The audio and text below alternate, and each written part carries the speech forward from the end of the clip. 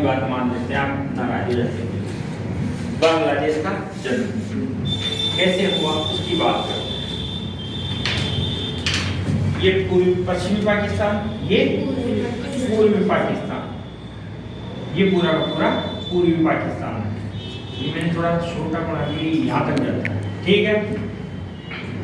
इधर सरकार में चल रही थी जुल्फिकार अली भुट्टो की चल रही थी और चुनावों का समय चल रहा था। इधर एक नई पार्टी बनवाई गई थी, किसके द्वारा? शेख मुजीबुर रहमान। क्या नाम है? मुजीबुर रहमान।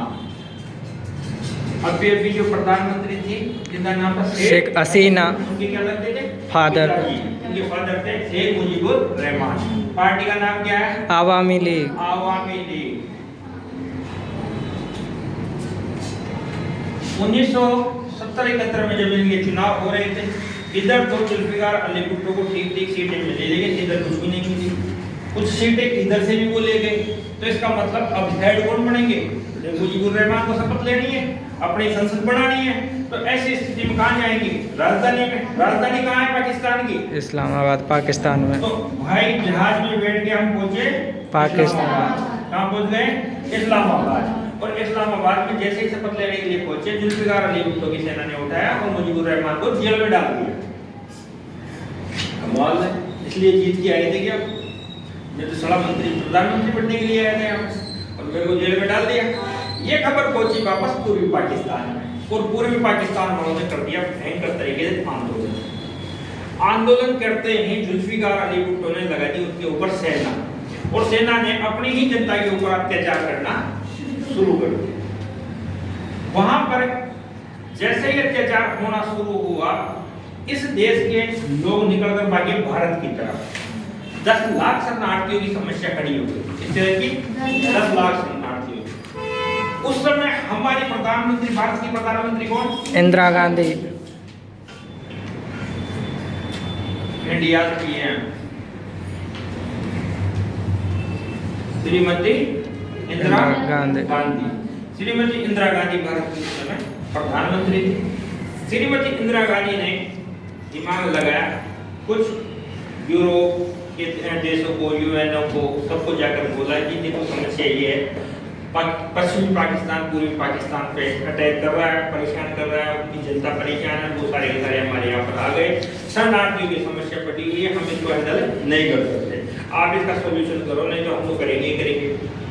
हम करेंगे का मतलब है हमें तो कुछ ना कुछ एक्शन लेना ही है। हम सेना भेजेंगे या उनको बॉर्डर पे पास निकालेंगे, जो भी कुछ करेंगे। लेकिन इंदिरा गांधी की बात को किसी ने सीरियस नहीं लिया अभी तक। इंदिरा गांधी वैसे टेढ़ी थी, मतलब वो सुने ना किसी की बात थी। उसको इसलिए आयरन लेडी के नाम से जाना जाता है। क्या जाना जाता है? Iron lady. आयरन मैन बोला जाता है सरदार वल्लभ भाई पटेल। हाँ। आयरन लेडी बोला जाता है इंदिरा गांधी को। क्यों बोला जाता है? अगर किसी का बच्चा मर जाए, किसी का बेटा मर जाए, तो वो कितने दिन तक दुख में रहता होगा भाई? 10 तक, 12 तक, 15 दिन तक, महीने भर तक, कितने दिन रह सकता है? मतलब इंदिरा गांधी की स्थिति ये थी कि जब उसको खबर मिली कि संजय गांधी मारा गया, उसका छोटा बड़ा बेटा प्लेन टेरेस में मारा गया था, उसको मुश्किल से 5 मिनट उनके आंसू आए होंगे। जैसे उसकी लाश को जला कर आए, आंसू पहुंच के ऑफिस में आ गई थी। भाई वो महिला, उसको अधिकार है आयरन लेडी कहलाने का। उसके काम इतने भयंकर है कि पुरुषों ने भी नहीं की। इतना मतलब अकेली पूरी कांग्रेस, आप आगे जाकर पढ़ेंगे, कांग्रेस 2 टुकड़ों में बढ़ जाएगी। सिंडिकेट एक संगठन है कांग्रेस का। वो कांग्रेस का जो संगठन है ना, पुराने डोगरे खापड़ बैठे थे उसमें, वो सारे के सारे कांग्रेस के प्रमुख नेता, उनको चलता कर दिया इंदिरा गांधी ने अकेले। और बिल्कुल युवा नेता थी उस समय, आई बात समझ? तो इंदिरा थी, इसीलिए आयरन लेडी के नाम है। इंदिरा के बारे में बहुत कुछ लिखा हुआ है इस किताब में, पढ़ेंगे आगे। इंदिरा गांधी ने यूएनओ में सूचना दी, बाकी देशों का किसी ने इस बात पे ध्यान नहीं दिया। इंदिरा गांधी ने अपने सेना अध्यक्ष, क्या नाम था जी?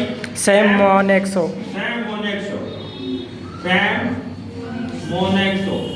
पिक्चर का नाम बताओ, कौन सी आई थी? सैम बहादुर। तो सैम बहादुर है, ये हीरो कौन थे? विक्की कौशल, ठीक है ना? तो ये पिक्चर भी आई है, तो ये भी नहीं देखी, वोटर भी नहीं देखी। फिर क्या ही देखिए हम नेल पॉलिश बेटी का बाप को हैं आरबीआई तो सैम मोनेक्सो को आदेश दिया इंदिरा गांधी ने भाई कुछ भी हो सेना उतारो और सैम मोनेक्सो ने इधर से सेना उतारना शुरू की। इधर से डायरेक्ट तो नहीं उतारे, इधर से सेना भेजी इधर से। और एक नदी पड़ती है मेघना, कौन सी मेघना, वही मेघना है जिसमें गंगा जाकर गिरती है, बाद में मेघना के नाम से आगे जाती है, बांग्लादेश में पद्मा के नाम से उसको जाना जाता है, जाकर बंगाल की खाड़ी में गिरती है, वो मेघना है। मेघना नदी क्रॉस करने के बाद में फोन किया गया मोनेक्सो के पास में कि हम नदी क्रॉस कर चुके हैं, क्या करना है? बोले आप मेरे फोन का इंतजार करो। और उसको लीड कर रहे थे बटालियन को जगजीत सिंह, क्या नाम है? जगजीत सिंह। जगजीत सिंह जी ने बोले ठीक है साहब इंतजार कर लेंगे, उसको तो कह दिया मोनेक्सो को तो, और बांग्लादेश पे अटैक कर दिया इन्होंने। आगे आगे लड़ रही थी बांग्लादेश की सेना, क्या नाम था उसका? मुक्ति वाहिनी। मुक्ति वाहिनी का खाली नाम था, लड़ी भारत की सेना थी और भारत की सेना ने ढाका कैप्चर कर लिया। ढाका कंक्लूड मतलब ढाका जीत लिया। जैसे ही ढाका जीता गया उस समय दिल्ली में प्रधानमंत्री निवास पर चल रही मीटिंग, और उस मीटिंग में एक पर्ची गई, बड़े बड़े अधिकारी बैठे, मैसेज आया जो कोई आईएएस अधिकारी होगा उसके पास में पर्ची आई होगी, उसने रक्षा मंत्री को दिया होगा कि हमने ढाका जीत लिया। रक्षा मंत्री कौन थे? बाबू जगजीवन राम। बाबू जगजीवन राम ये थे रक्षा मंत्री। 1962 के समय कौन थे रक्षा मंत्री बताइएगा? VK Menon, VK Krishna Menon. अब कौन है? बाबू जगजीवन राम। बाबू जगजीवन राम को जैसे पर्ची मिली उसने मैडम को धीरे से पर्ची पकड़ाई, बोले मैडम ढाका कंक्लूड, ढाका जीत लिया गया, ढाका कैप्चर कर लिया गया हमारी सेना के द्वारा। और ऐसे कहा जाता है कि इंदिरा गांधी ना तो हंसती थी ना ज्यादा बोलती थी, दो टूक बात करती थी, खड़ी खड़ी बिल्कुल। उस दिन इंदिरा गांधी सब मतलब उस मीटिंग में नाचने लग गई थी और इंदिरा गांधी की साड़ी लहरा रही थी। उस समय मीटिंग पे डांस कर रही थी इंदिरा गांधी बैठ कर, क्योंकि हमने क्या किया था, एक देश बना दिया नया। बट पाकिस्तान को पूरी पाकिस्तान से अलग कर दिया, तो हमने एक नया देश बना दिया। इस दुनिया में कोई देश ऐसे बहुत कम देश ऐसे देखने को मिलते हैं जो एक देश के दो टुकड़े कर दिए, हमने कर दिए, और वो भी एक महिला ने। बताओ आयरन लेडी कहा जाए नहीं कहा जाएगा? वो महिला थी इतनी खतरनाक। तो उस समय इस प्रकार से, और यहाँ पर जो सेना थी इसकी पश्चिमी पाकिस्तान की कितनी थी? 90,000, और 90,000 पाकिस्तान के सैनिकों ने एक साथ सरेंडर किया, आत्मसमर्पण किया। इतिहास का सबसे बड़ा आत्मसमर्पण माना जाता है इसको, ठीक है।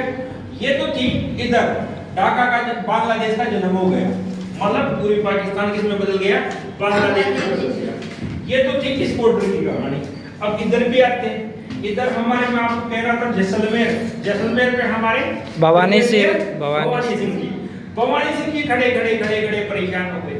उनको किसी ने बेचारे को आदेश ही नहीं दिया कि अंदर अटैक कर दो, वो तो खुद ही चले गए अंदर और पाकिस्तान पे अटैक कर दिया।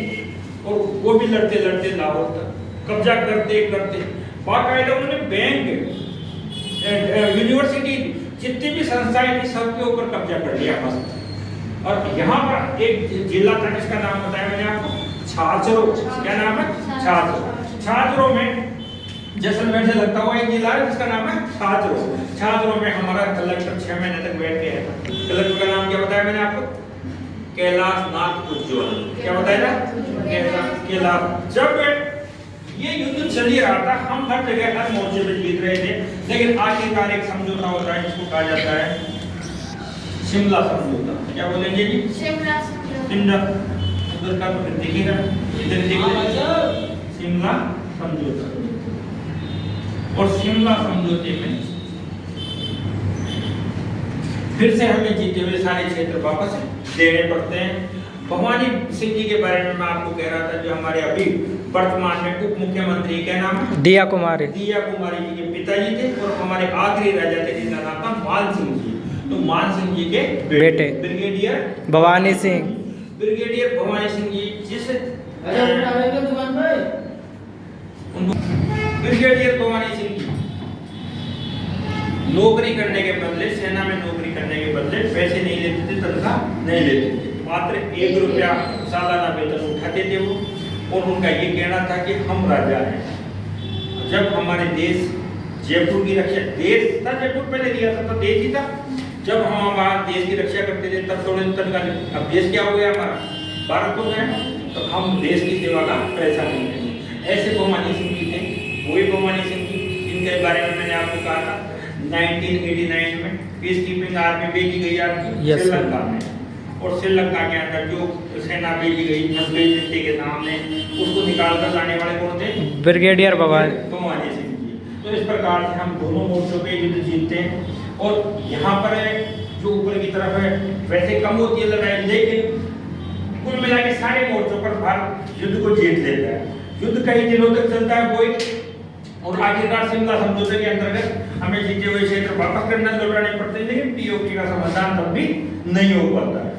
तो ये था आपका 1971 का मामला जी।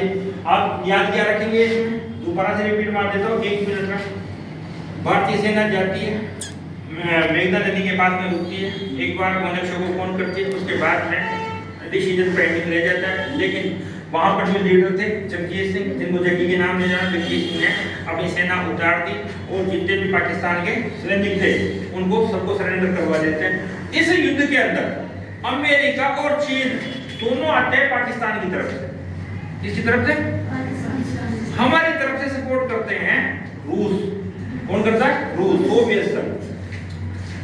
मैं शायद आपको पहले बता चुका हूं, अमेरिका ने अपनी सेनाएं लगा दी बाकायदा यहाँ तक, अपनी बॉर्डर तक, हिंद महासागर तक उनका 7वां बेड़ा आता है। 7वां बेड़ा क्या है? 7 जहाज चलते हैं बराबर में, और वो नौसेना होती है, युद्ध करने के लिए जानी जाती है।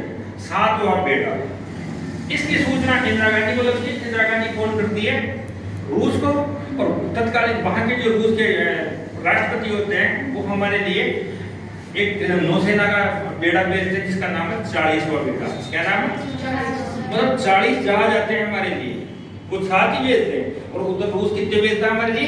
40 जहाज। इस प्रकार से अमेरिका डर के चुप हो जाता है, वो बोलता नहीं है, और उधर रूस वाले अपनी भूमिका निभाए रहते हैं। इस युद्ध के दौरान एक और खास बात हुई, हमने यहाँ पर श्रीलंका में अपना मिलिट्री बेस बनाया, क्योंकि हमारे ऊपर से तो हमारे हवाई सीमा को रोक दिया कि हमारे ऊपर से आप प्लेन नहीं ले जाओगे, इधर से इधर जाओगे तो प्लेन नहीं ले जा सकते हमारे ऊपर से। तो कहाँ से जाएंगे?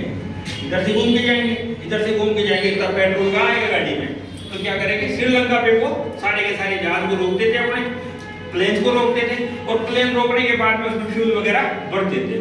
तो इस वजह से हमारी जो श्रीलंका के साथ में जो एग्रीमेंट किया हुआ था, उस एग्रीमेंट के मुताबिक हमारे आदमी यहाँ पे रहते। तो हमें इस बात का भी पता रहता कि श्रीलंका में पाकिस्तान का कौन सा सैनिक गया, पाकिस्तान का कौन सा फाइटर जेट गया, पाकिस्तान का कौन सा कमांडर इधर आया, तो इन सब चीजों का पता रहता था।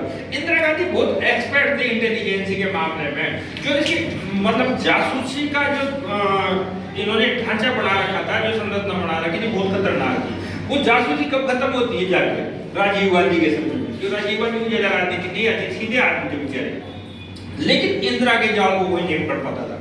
इंदिरा ने इस प्रकार से बिल्डिंग सेट कर ली थी, और हमने एक नए देश को जन्म दे दिया जिसका नाम था बांग्लादेश।